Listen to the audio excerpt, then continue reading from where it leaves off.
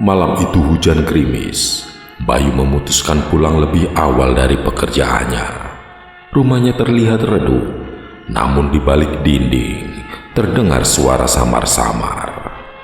Bayu berbisik pada dirinya, "Siapa di rumah?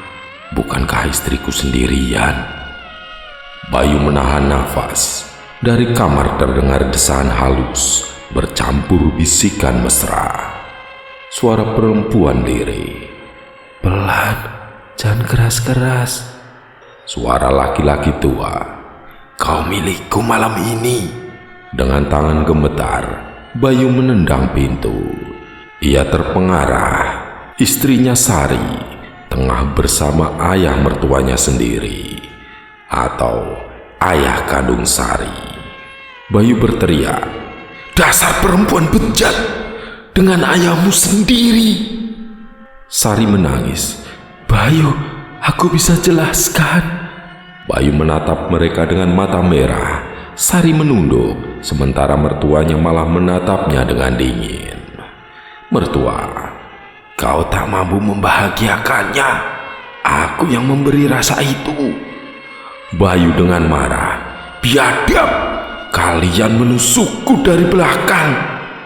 Bayu meninggalkan rumah malam itu. Hujan turun deras, hatinya hancur. Ia duduk di beranda rumah tetangga, menahan tangis. "Bayu, mereka merendahkanku. Aku akan membalasnya, tapi bukan dengan darah. Aku ingin aib mereka dibuka lebar-lebar." Keesokan paginya, beberapa warga melihat Bayu murung, namun desas-desus tentang perselingkuhan belum menyebar. Warga, "Bayu kelihatan lain, matanya kosong. Ada apa dengan dia?" Bayu mencari jalan ke rumah seorang dukun tua di tengah hutan. Langkahnya berat, udara dingin menusuk kulit. "Bayu, tolong aku, Mbah. Aku ingin balas dendam, tapi tidak dengan membunuh." Di dalam gubuk berasap kemenyan, dukun menatap Bayu dalam-dalam. "Dukun, dendammu berat, nak. Apa yang kau inginkan?" "Bayu, buat mereka gila, buat mereka jadi tontonan, biar dunia melihat kebusukan mereka." Dukun mulai menabur bunga, membacakan mantra, dan menusukkan jarum ke boneka. Angin berhembus kencang.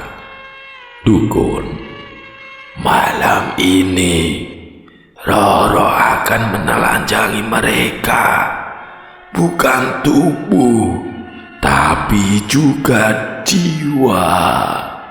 Sari mulai sering berbicara sendiri di depan cermin. Ia tertawa, lalu menangis. "Sari, aku cantik kan? Semua lelaki ingin aku." Bayu hanya menatap dari kejauhan tanpa rasa iba. Mertua yang biasanya pulang malam tiba-tiba hilang. Dicari warga ke ladang dan hutan, tak ditemukan.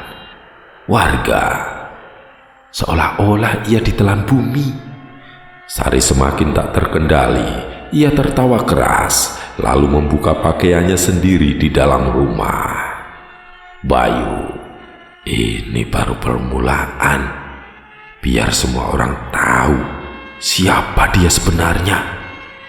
Tengah malam, Sari berlari ke jalan desa tanpa busana. Orang-orang terbangun, menjerit melihatnya. Warga, "Astagfirullah, itu istrinya Bayu. Dia telanjang." Sari menghampiri lelaki yang lewat. Sari menangis dan meracau, "Tolong, aku butuh. Sentuh aku, puaskan aku." Lelaki itu kabur, sementara warga lain hanya bisa beristighfar. Keesokan harinya, desas-desus menyebar cepat. Warga, "Istri Bayu gila, minta lelaki di jalan menyetubuhinya. Santet." Ini pasti santet. Bayu mendengar dari balik rumah, tersenyum dingin. Sari kembali mengamuk di jalan, kali ini siang bolong. Ia menjerit-jerit, menertawakan dirinya sendiri. Sari teriak, "Aku perempuan terindah, sentuh aku semua."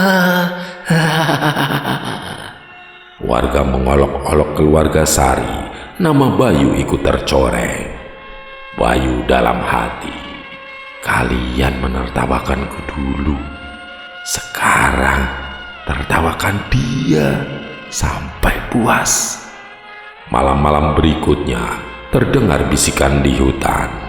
Beberapa warga mengaku melihat bayangan lelaki tua tanpa wajah. Warga, mungkin itu bapaknya Sari, mungkin sudah mati, mungkin juga gentayangan. Siang hari, Sari berlari telanjang di pasar, memohon kepada setiap lelaki. Pedagang kabur, anak-anak menangis. Pedagang, "Usir dia, malu besar kita punya orang seperti ini." Para warga mendatangi kiai setempat, meminta doa agar desa mereka bersih dari aib. "Kiai, ini bukan sakit jiwa, ini balasan gaib. Ada dendam di baliknya." Bayu mendengar doa-doa warga, namun hatinya beku. "Bayu, doa kalian tidak bisa hentikan kutukan ini. Aku yang memulai, aku juga yang akan mengakhirinya jika mau." Sari terus berlari di malam hari, telanjang sambil berteriak menyebut nama Bayu. Sari menangis histeris. "Bayu, ampuni aku, Bayu."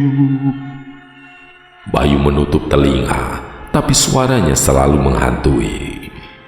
Suatu malam, Bayu mendengar bisikan saat tidur. "Dendam belum selesai, bayaranmu belum lunas, giliranmu akan tiba." Bayu menyadari, meski dendamnya terbalas, hatinya tetap kosong. Wajah istrinya yang gila, suara tangis, dan misteri mertua membuatnya gelisah. Bayu berbicara dengan lirih. "Mungkin aku sudah melewati batas. Mungkin kutukan ini akan kembali padaku."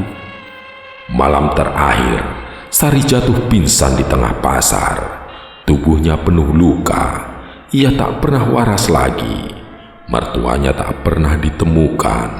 Bayu berdiri di kejauhan, wajahnya pucat. Dendam tak pernah membawa kedamaian. Santet yang dilepas akan kembali mencari tuanya, dan Bayu mungkin hanya sedang menunggu giliran.